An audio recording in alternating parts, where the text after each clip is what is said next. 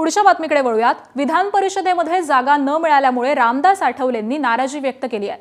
दगाफटका करत नाही म्हणून गृहीत धरू नका असं आठवले म्हणालेत। महामंडळ नियुक्त्यांमध्ये तरी आमच्या मैत्रीचा सन्मान राखा असं आठवले यांनी वक्तव्य केलंय।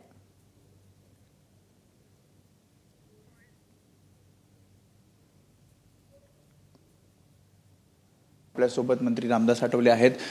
तुम्ही ट्विट करत म्हटलात की एक तरी जागा या विधान परिषदेला मिळायला हवी होती। तुम्ही विधानसभेच्या वेळी सुद्धा जागा मागितल्या होत्या, लोकसभेच्या वेळी पण जागा मागितल्या होत्या, मात्र आरपीआयला बाजूला ठेवून हे जागा वाटप केलं जातं असं तुम्हाला म्हणायचं आहे का? बीएमसी निवडणुकीमध्ये ज्या वेळेला आरपीआयला एक जागा मिळाली नाही त्यावेळेला देवेंद्र फडणवीस यांनी मला शब्द दिलेला आहे की रिपब्लिकन पक्षाला एक MLC देण्यास त्यांनी मान्य केलेलं आहे।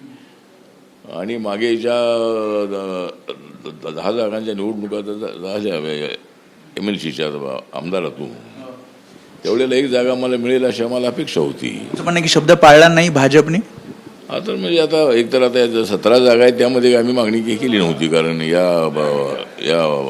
लोकल बॉडीच्या इलेक्शनमध्ये आम्हाला निवडून येणं थोडं शक्य होतं, पण आमदारांच्या ह्याच्यामध्ये काही अडचण अजिबात नव्हती। आणि एकतर आता 5 ज्या राज्यपालांच्या नियुक्तीच्या जागा ज्या आहेत त्याच्यामध्ये आम्हाला एक जागा मिळावी, त्यानंतर आम्हाला 1-2 तरी महामंडळाची अध्यक्षपदे मिळावी ही आमची अपेक्षा आहे। 40-50 तरी जर मेंबर आम्हाला मिळाले महामंडळाचे तर प्रत्येक जिल्ह्याला एका महामंडळ देता येऊ शकेल। तर एक तर मला असं वाटतं की आरपीआय हा प्रामाणिक हा पक्ष आहे, छोटा पक्ष आहे परंतु इमानदार पक्ष आहे।